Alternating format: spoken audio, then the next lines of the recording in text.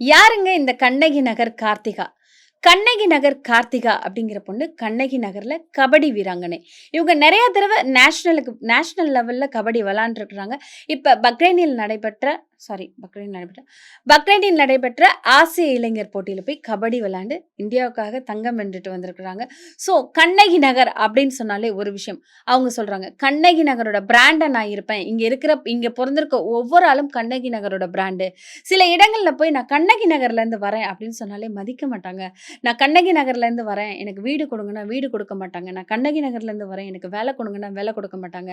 கண்ணகி நகர்ல இருக்கிறவங்க சும்மா கிடையாது அப்படின்னு சொல்லியிருக்கிறாங்க. இதுல ஒரு முக்கியமான விஷயம் என்னன்னா, இந்த பொண்ணு போய் விளையாண்ட்டு வந்திருக்காங்க. அதுக்காக நெறைய பாடுபட்டுருக்காங்க. அதுக்காக நெறைய கஷ்டப்பட்டுருக்காங்க.